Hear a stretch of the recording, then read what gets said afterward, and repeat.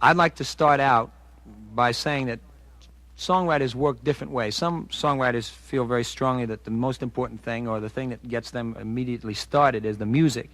And they're usually people that have had some instrumental training and are actually a little more competent musically. And there's other people that start out with lyrics or an idea or words, and I must admit that's the way I start out. The most important thing about a song, I think, is that it have an idea, a concept. And ideally, that idea would go somewhere. There'd be some movement to it. You'd have a zinger or a payoff in it, something that you're aiming towards, some kind of either lesson or something that happens that makes the whole experience worthwhile, and the effort of having people listen to various verses end up somewhere. Most songs, I think, are what I call attitudinal songs. The songwriter is the medium through which an experience is filtered. The songwriter takes in some things about the surrounding world, some attitudes, some experiences, and then sort of distills them and puts them out in a form which other people hopefully can feel too.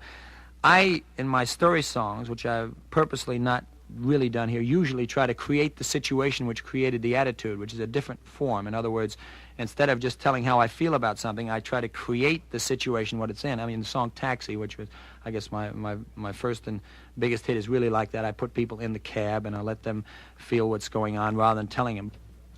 I would suggest, if you're writing for the first time, to start writing some ideas down. I wouldn't worry about rhyming them right away. I would sit down and just start putting some simple lines down. Now, what I did in the song that I just sang, I was working around a very specific situation, and often that helps. In other words, if you put yourself in a place, in this case, the guy is sitting in a, sitting there by the long steel rails, waiting for the train to come. Okay, I've started out with a basic situation. And if you're trying to write a song and you're finding that even the first words are very hard to come by, you should put yourself mentally in a situation and write some lines about that situation.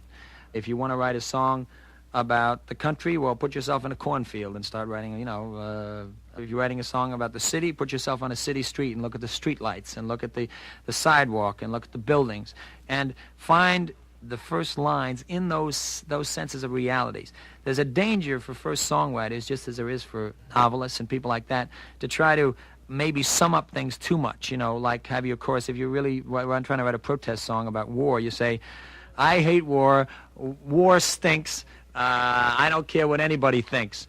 And there's a danger in that, in the sense that the most effective way to communicate isn't necessarily lecturing. It's trying to seduce people into coming along to your point of view.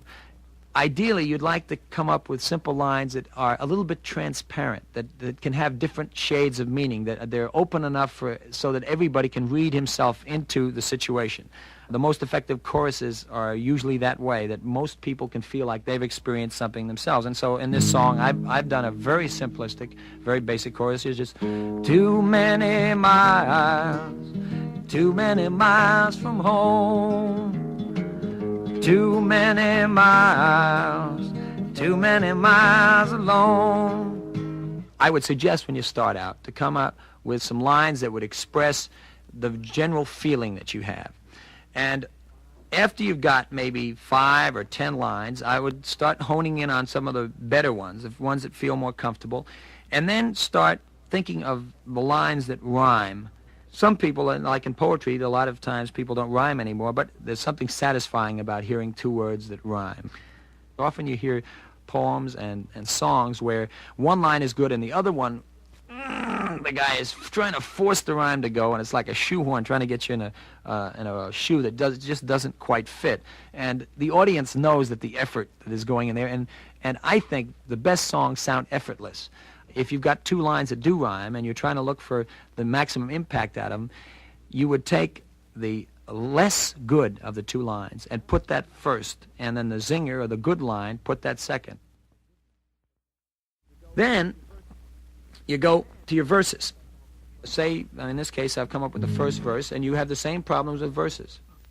You have the situation where you have to find rhymes. Now, After you got that form, you just have to keep working and get, your second verse, which hopefully will give added dimensions to what you said in the first verse. Okay, so now we get to, in this case, the third verse, which is hopefully where you have a zinger. Now, some of my songs build up to a real kind of climax and is like a surprise ending. Well, this one is sort of inherent in the subject matter because we've been talking about a guy who's traveled too many miles from home, too many miles alone.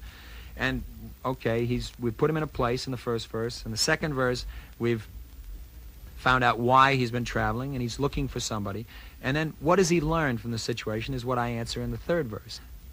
The lesson of the song, which is a very simplistic one, and yet I think a true one, is the fact that that he keeps talking about too many miles from home, but the real problem is that he's alone, and that what I'm saying in the song is that when you've got somebody with you who you care for and they care for you, that's your home in a sense.